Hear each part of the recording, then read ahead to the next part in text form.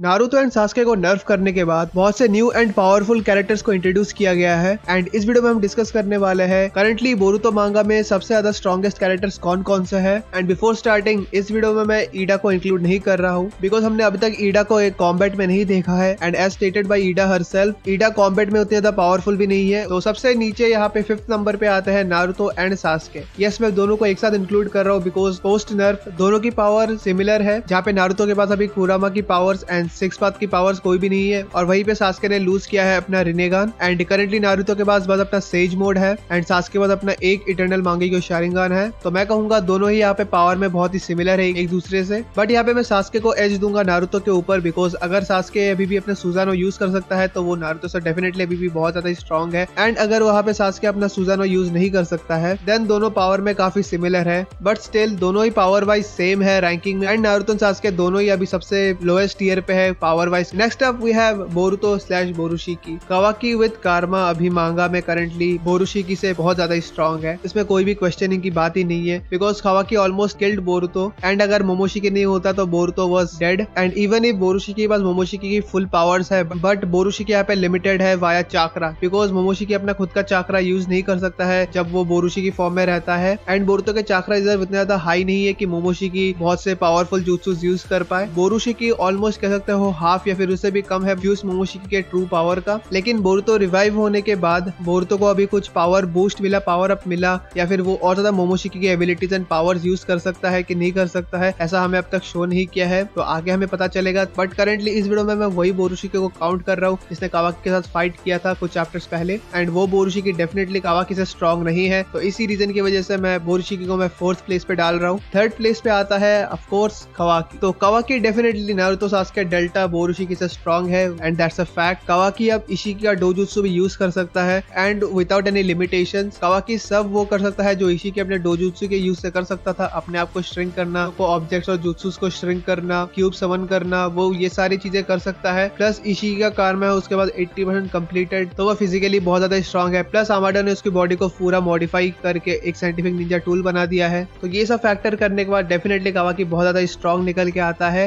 End of course कावाकी definitely one of the strongest character है पूरे series का currently, only second to हमारे जो बच्चे कैरेक्टर्स है इस लिस्ट के उनसे। तो उन्हीं की बात करते हुए नेक्स्ट जो हमारा सेकंड पोजीशन पे है that is code without limiters. Code without limiters जैसा कि हमें पता है by Amado statement is stronger than Jigen and जो जिगेन की बात यहाँ पे चल रही है वो है एक फुल पावर्ड जिगेन। अब कितना स्ट्रॉन्ग है वो तो हमें नहीं मालूम, बट अगर ऐसा आमाडो ने कहा है कि वो स्ट्रॉन्ग है तो डेफिनेटली काफी ज्यादा स्ट्रॉन्ग होगा, लाइक बेयरली तो स्ट्रॉन्ग नहीं होगा, काफी ज्यादा ही स्ट्रॉन्ग होगा। तो मैं कहूंगा अगर ट्वाइस स्ट्रॉन्ग ना हो 1.5x स्ट्रॉन्ग होगा वो जिगेन से। एंड कोड के बाद उसका सिग्नेचर ब्लैक बेल्ट्स वाला टेक्निक भी है जिसके यूज से वो कहीं भी कभी भी टेलीपोर्ट हो सकता है। प्लस कोड का physical power and speed agility वो सब नेक्स्ट लेवल है। ऑल्दो हमने कोड विदाउट लिमिटर्स की कोई भी ऐसी फीट नहीं देखी है जिससे हम कह सकते हैं कि वो डेफिनेटली जिगेन से स्ट्रॉन्ग है, बट जो भी हमने थोड़ा सा फाइट डेमन एंड कोड के बीच देखा है उससे डेफिनेटली पता चलता है कि code is definitely not like his previous self. अभी वो बहुत ज्यादा ही स्ट्रॉन्ग हो चुका है अपने लिमिटर्स हटाने के बाद, बट उससे भी स्ट्रॉन्ग एक और बंदा है